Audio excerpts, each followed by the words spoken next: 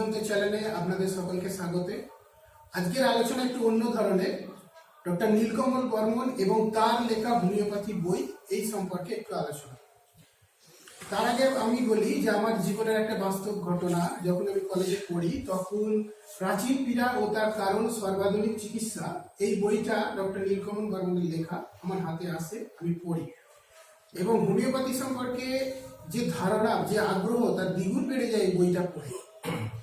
বইটা আমি গোগ্রাসে গেলি 1 সপ্তাহ 10 দিনের মধ্যে শেষ করে ফোন নাম্বারে ডোমজুড়ে যোগাযোগ করি স্যারের সাথে। সেই যে যোগাযোগ, সেই যোগাযোগের পর থেকে আর যেন ছেড়ে যেতে পারি না, ছেড়ে যেতে পারিও নি। স্যারের নানা ধরনের বই লেখা, নানা বিষয়ের ওপর বই লেখা, বর্তমানে এখন বেস্ট সেলার বলতে পারা যায়। সেই সম্পর্কে, সেই হোমিওপ্যাথি বই সম্পর্কে আজকে আমাদের কিছু আলোচনা। স্যার, আপনার এই বিভিন্ন রকম বই লেখা, নানা ধরনের নানা বিষয়ে যে বই লেখা, সেই সম্পর্কে আপনি একটু বলুন। দেখো, সৃষ্টি এমন একটা জিনিস, তার যে কোথায় শুরু হয় কোথায় শেষ হয় কিন্তু কেউ সেটা জানে না। সম্ভবত তুমি প্রাচীন পীড়া বলে আমার সাথে যোগাযোগ করেছিলে। প্রাচীন পীড়া লেখার আগে কিন্তু আমার কয়েকটা বই বেরিয়েছে, সেটা ছিল হাতের কাছে হোমিওপ্যাথি, বেশ ভালো বিক্রি হয়। তারপরে সরল পারিবারিক হোমিও চিকিৎসার একটা বই বেরোয়, সেটা বেশ বেরোয়। আমার খুব মনে আছে বইটা যে বেরিয়ে গেছে আমি সেটা জানতাম না। তমলুকের যে তাম্রলিপ্ত মেলা, সেখানে একটা অনুষ্ঠানে গেছি, স্বাস্থ্য মেলার অনুষ্ঠানে বেরিয়েছে। যখন আমরা ঘুরে বেড়াচ্ছি বইয়ের কিছু স্টলে, হঠাৎ গিয়ে দেখলাম একটা বই, যেন আমারই লেখা নামটা নিয়ে দেখলাম, হ্যাঁ বইটা তো আমার, কিন্তু বইয়ের মলাটা কিন্তু আমার নামটা ছিল না। এই যে বইটা মনে করো, এতে কিন্তু সরল পারিবারিক হোমিও চিকিৎসা, এতে কিন্তু আমার নামটা নেই, কিন্তু নাম নেই মানে ফ্রন্ট পেজে নেই, কিন্তু ভিতরে যখন আমি দেখলাম তখন দেখলাম আমার নামটা লেখা আছে। সেদিন আমি একটা অদ্ভুত আনন্দ পেয়েছিলাম যে মেলায় আমি আসার আগে আমার বই এখানে এসে পৌঁছে গেছে। সেই দিকটা আমি তোমাকে কোনদিন বোঝাতে পারবো না। সেদিন আমি লিখে যাচ্ছিলাম, হঠাৎ একদিন কলকাতার মন্ডল বুক এজেন্সি, তারপদ মন্ডল, যিনি এখন আমার ম্যাক্সিমাম বইয়ের প্রকাশক, আমার সৌভাগ্য যে আমি ওনাকে পেয়েছি এবং উনি আমার সমস্ত বই ছাপছে, নির্বিবাদে ছেপে যাচ্ছেন, আমি যা লিখছি লিখে যাচ্ছে। উনি হঠাৎ একদিন বললেন যে ডক্টর বর্মন, এরকম প্রাচীন পীড়ের উপরে সেরকম নীলমণি ঘটকের উপর সেরকম কোনো ভালো বই নেই, আপনি একটু লিখে দেবেন? লেখাটা তোমার শখ। আমি এক কথায় চ্যালেঞ্জ দিলাম। চ্যালেঞ্জ মানে কি? হ্যাঁ লিখে দেবো। ঠিক সময় কি তার সাথে লেখার স্ক্রিপ্ট দিলাম, বইটা বেরোলো। উনি সেদিন আস্তে আস্তে বললেন যে আজ পর্যন্ত যতজনকে এই বইটা লিখে দিতে বলেছি কেউ কিন্তু আমার সাথে দেখা করে। তো আমি বললাম কেন? বলে তা বলতে পারবো না। বলে তাহলে আমার বইটা আমি তো লিখেছি, এবার দেখুন। মজার বিষয় হচ্ছে যে বইটা প্রচুর মানুষের ভালো লাগে। কেন ভালো লাগে আমি তো নিজেও আজও পর্যন্ত সেটা উত্তর খুঁজে পাইনি। তবে এটুকু বলতে পারি যে আমার লেখার ভিতরে কোনো আন্তরিকতার অভাব ছিল না, হয়তো সেই জন্যে সৃষ্টিটা হয়তো এতটাই স্রষ্টাকে হয়তো ছাপিয়ে গেছে। হ্যাঁ, কিন্তু দেখো, হোমিওপ্যাথি সম্বন্ধে আমি কিন্তু নতুন কোনো কিছুই বলিনি, শুধু বাংময় বা লেখার স্টাইল, বা আমি হয়তো এমনভাবে বলেছি যেটা হয়তো তোমাদের ভালো লেগেছে, সেগুলো বইটা আজকে এতটা প্রাধান্য পেয়েছে। তারপরে একটার পর একটা উনি তখন আমাকে সুযোগ দিলেন, যখন এতটাই ভালো বেরোলো সাথে একটা অন্য কিছু লিখে দেবেন। তারপর তো দেখতে পাচ্ছ আজকে প্রায় 16-17-18খানা বই আমার বেরিয়েছে। সেই সঙ্গে AB publication, Rabindranath Majumdar street 6D, সেখান থেকে আমার কিছু বই বেরিয়েছে। আজকে বই লিখি, বই আমাকে আনন্দ দেয়। তুমি যে একটু আগে বলছিলে যে স্যার আপনি বোধহয় রুগীকে নিয়ে যতটা না ভাবেন লেখাকে নিয়ে বোধহয় বেশি ভাবেন। কথাটা দেখো অস্বীকার করা যায় না, রুগীকে নিশ্চয়ই ভাববো, কারণ সেটা আমার প্রফেশন। আর লেখাটা এটা তোমার প্যাশন। আমি কোনোটাকে ছেড়ে যেতে পারি না। লেখার মধ্যে আমি তৃপ্তি পাই, আমি আনন্দ পাই, আমি মনের সুখে লিখি এবং আমার ভালো লাগে লিখতে। সেই জন্য বোধহয় আমি আজকে এই জায়গাটাতে এসে পৌঁছতে পেরেছি। আমার খুব ইচ্ছে ছিল, যখন মন্ডলবাবু আমাকে পরের পর বইয়ের কথা বলছেন যে একটা বই লিখবো, একটা 1000 পাতার বই, একটা স্বপ্ন। কিন্তু সবাই চুটি চুটি বই বের করছে, 150 পাতা লিখতে গিয়ে একটা দুটো বই বের করতে হাঁপিয়ে যাচ্ছে বা প্রকাশক পাচ্ছে না। যেহেতু আমার বইগুলো পরপর সাফল্য এসে গেছে, তখন উনি আমাকে প্র্যাকটিস অফ মেডিসিনের কথা বললেন। আমার যেন বারবার মনে হয়েছে যে হোমিওপ্যাথ ডাক্তারদের ভিতরে প্র্যাকটিস অফ মেডিসিনের একটা চিন্তা ভাবনার যথেষ্ট অভাব। তারা শুধু প্র্যাকটিস অফ মেডিসিন না পড়ে কিছুটা অর্গানো আর কিছুটা ম্যাথমেটিক্যাল ধাতস্থ করছে, কিন্তু প্র্যাকটিস অফ মেডিসিন না পড়লে তুমি রোগ সম্বন্ধে প্রকৃতভাবে জানবে কি করে?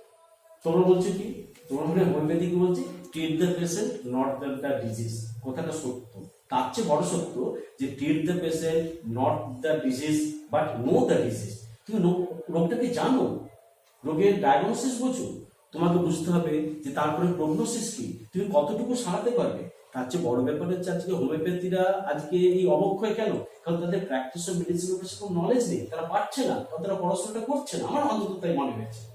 তারা যদি প্র্যাকটিস অফ মেডিসিনকে আর 5 জন এমবিবিএস ডাক্তার মতো পড়ে থাকে, তাহলে দেখবে তারাও কিন্তু অনেক বেশি যোগ্য জবাব দিতে পারবে হোমিওপ্যাথি।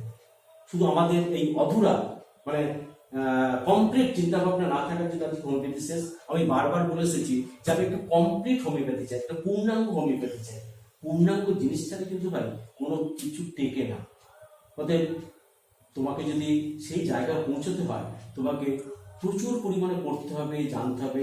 শুধু লোক দেখে রোগী এলো, লক্ষণ দেখলাম, ওষুধ দিলাম, এটা কিন্তু ঠিক আভিজাত্য নয়। একজন ডাক্তারের, একজন চিকিৎসকের যে আভিজাত্য দরকার, তার তো করতে আমাদের প্র্যাকটিস অফ মেডিসিন করতেই হবে। অতএব হোমিওপ্যাথি যেটাকে আমার একটা স্তম্ভ বলে মনে করি, সেটা হচ্ছে এই প্রাচীন পীড়া, যেটা আমার অন্যতম সৃষ্টি বলে মনে করি, সেটা হচ্ছে আমার প্র্যাকটিস অফ মেডিসিন। এছাড়া পালবাবু একদিন বললেন, পালবাবু না মন্ডলবাবু একদিন বললেন যে শিশুদের উপরে কিছু লিখবেন। আমি হ্যাঁ, লেখা যেতেই পারে। তখন আমি শিশুর ধরন লিখেছিলাম। তারপরে পালবাবু মানে এবি পাবলিকেশনের উনি একদিন আমার সাথে যোগাযোগ করলেন, একটা বই মেলা দেখা হলো, একদিন আসুন না আমার এখানে। তখনই বুঝতে পারলাম নিশ্চয়ই উনি লেখার কথা বলবেন। আর আমার মতো যে লিখতে পছন্দ করে সে তো যাবই। যাওয়ার পরে উনি আমাকে বললেন যে রোগের উপরে, তথ্যের উপরে।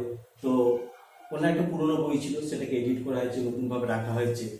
এই বইটার কথা বলছি, কিছু রোগ কিছু তথ্য হোমিও বিধান। এটা বেশ ভালোই চলছে। এবং সবথেকে বড় ব্যাপার দেখো, প্রত্যেকটা বই, আজকে যে 16টা বই কিন্তু রিপ্রিন্ট, রিএডিশন, কোনটা কিন্তু 3rd এডিশনে বেরিয়েছে। সেই সময় বলতে পারি আমি কিন্তু খুব সফল লেখক হিসেবে, অন্তত আমার মনে হয়েছে। এবং আমি লিখে আনন্দ পাচ্ছি। একটা পত্রিকা বের করি যৎ সামান্য বলে, সেটা আজকে 11তম বর্ষ চলছে, চালিয়ে যাচ্ছি কষ্ট করে। এতে শুধু স্বাস্থ্যের উপর লেখা থাকে, সাহিত্যের উপর লেখা থাকে, আর সংস্কৃতির উপরে লেখা থাকে।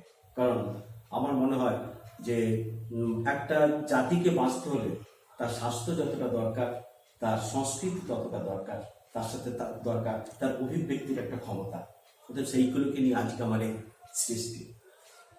প্রাচীন পীড়াটা এত ভালো হয়েছিল যে উজ্জ্বল গাঙ্গুলি তিনি নিজে একদিন এসে বললেন যে আপনি যদি বলেন তো আমি এটা ইংরেজি করতে চাই।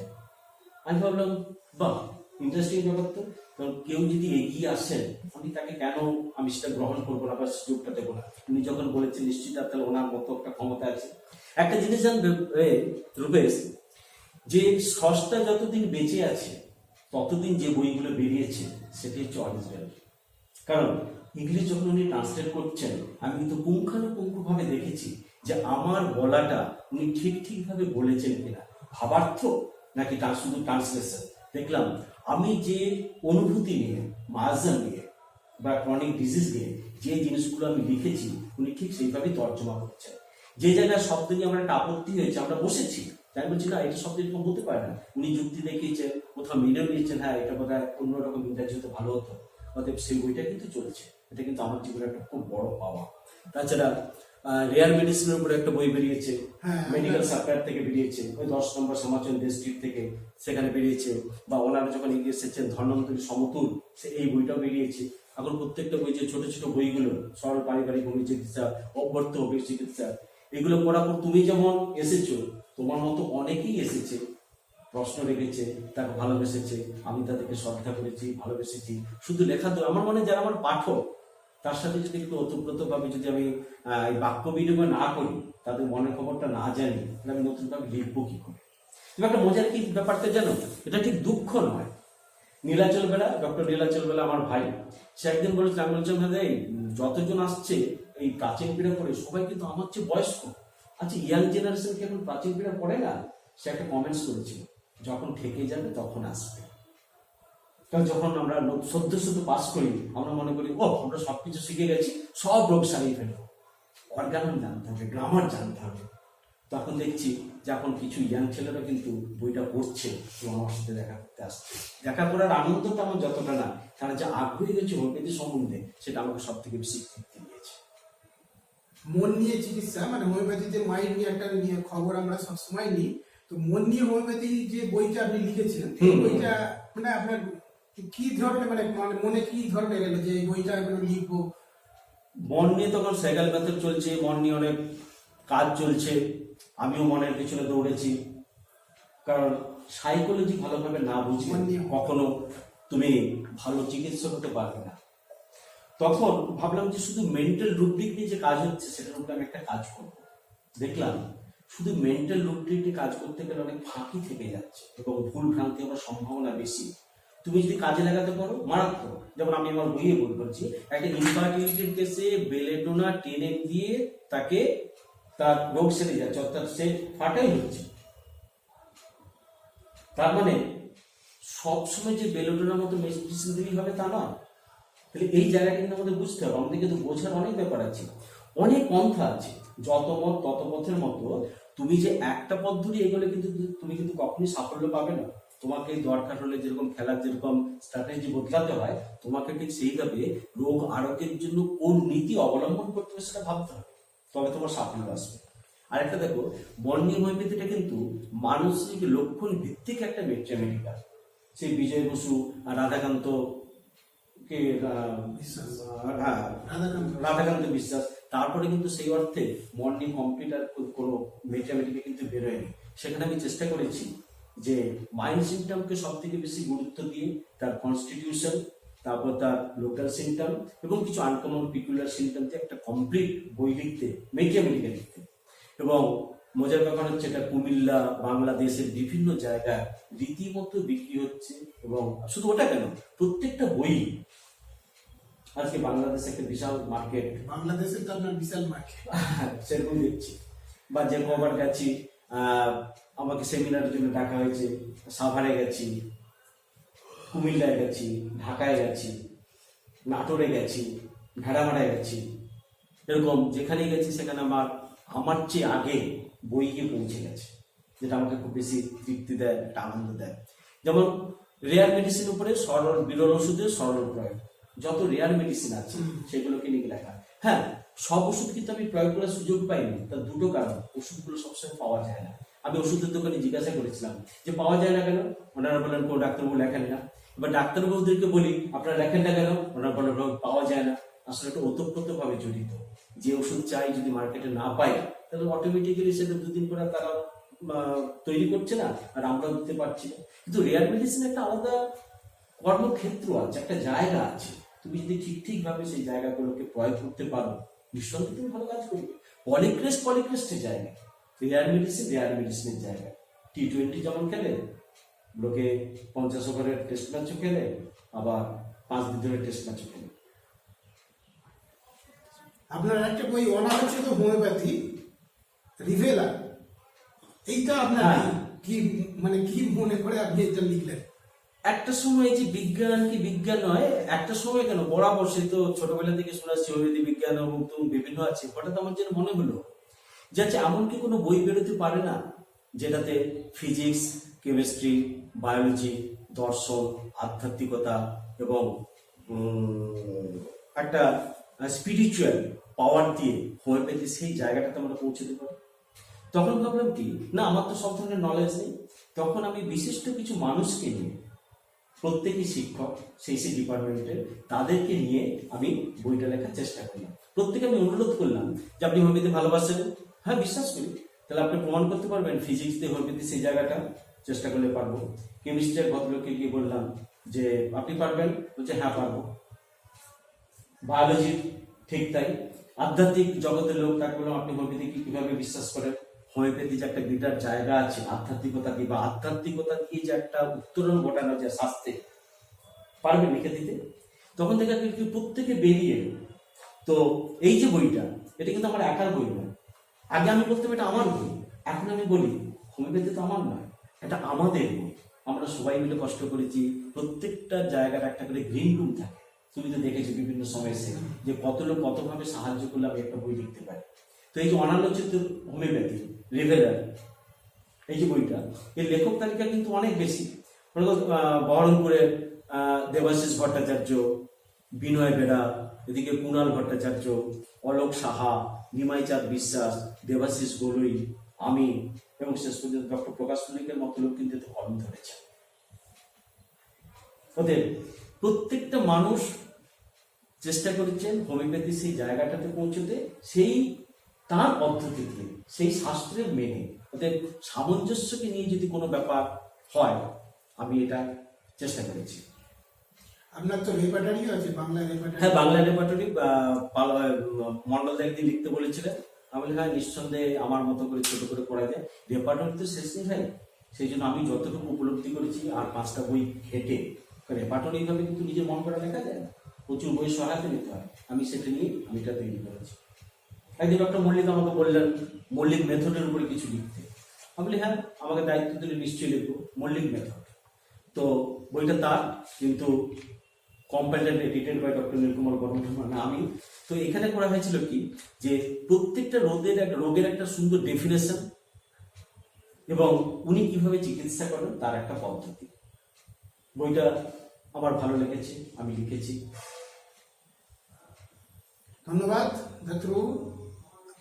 প্রায় 16-17টা বইয়ের লেখক ডক্টর নীলকমল বর্মন আজকে বেস্ট সেলার বলতে পারা যায়, তার নানা ধরনের বই সম্পর্কে আজকে বললেন। এছাড়াও আপনি আগামী দিনে যে আপনি এই যে এত লিখেছেন, আগামী দিনের আরো বই সম্পর্কে আপনার কোনো, এই যে স্ত্রী রোগের উপরে লেখা আছে, বা এর আগে কিন্তু আমি প্রচন্ড পরিমাণে সাহিত্য করতাম। সেরা নীলকমল বলে আমার যে সকল যত সমস্ত লেখা ডেইলি নিউজ পেপারে বেরিয়েছে, সেটা একটা সংকলন। এখন সাহিত্য নিয়ে অতটা আমি মাথা ঘামাই না, মানে লিখি না। তার জন্য মনে হলো যে যখন এত বেশি সাফল্য আমি হোমিওপ্যাথি বই লিখে পেয়েছি, তো হোমিওপ্যাথিকে আরো বেশি সমৃদ্ধ করি। মানে কি, হোমিওপ্যাথি শাস্ত্রকে আরেকটু কিছু মানুষের কাছে পৌঁছে, হোমিওপ্যাথিকে সমৃদ্ধ করার ক্ষমতা পাই আমার নেই। আমি চেয়েছি আমার ভাষা দিয়ে, আমার চিন্তা ভাবনা দিয়ে প্রত্যেকটা মানুষের কাছে কিভাবে পৌঁছানো যায় সেই চিন্তাটা ভাবনা করা। যেমন হাতের কাছে হোমিওপ্যাথি আছে, মন্ডি হোমিওপ্যাথি আছে।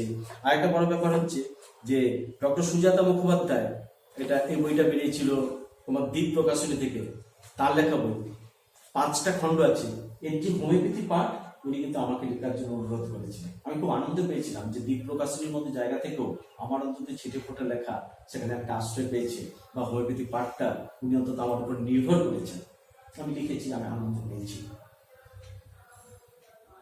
আর আপনার এত যে বই লিখেছেন, আগামী দিনে আর কিছু বই নিয়ে ভাবছেন, লেখা নিয়ে ভাবছেন? দেখো, ভাবছি না তা নয়, ভাবছি হয়তো কিছু লিখবো, যদি তার ইচ্ছা হয়। কারণ তার ইচ্ছা ছাড়া কখনোই কোনো কিছু হয় না। উনি যদি আমাকে দিয়ে লিখে নিতে পারেন, আমি চেষ্টা করে দেখব। ধন্যবাদ, থ্যাংক ইউ সকলকে আজকে আমাদের ভিডিওটা দেখবার জন্য। ধন্যবাদ। এটুকু বলতে পারি, আমার সমস্ত বই এই মুহূর্তে কল স্ট্রিটে পাওয়া যাচ্ছে। মন্ডল বুক এজেন্সি, 10 নম্বর শ্যামাচরণ দে স্ট্রিট, কলকাতা 73। সেখানে যোগাযোগ করলে সমস্ত বই আপনারা পাবেন। কোনো বই কিন্তু আউট অফ মার্কেট নয়। বাংলাদেশে আমার সমস্ত বই ছাপা হচ্ছে। আমি খুব আনন্দিত যে পশ্চিমবঙ্গ, ত্রিপুরা, এদিকে আসাম, সেই সঙ্গে দিল্লি বোধহয় 2-1টা জায়গা, বিভিন্ন জায়গায় আমার বই চলে, এবং আমি বইয়ের মাধ্যমে বেঁচে আছি, আশা করি বেঁচে থাকবো। নমস্কার। ধন্যবাদ।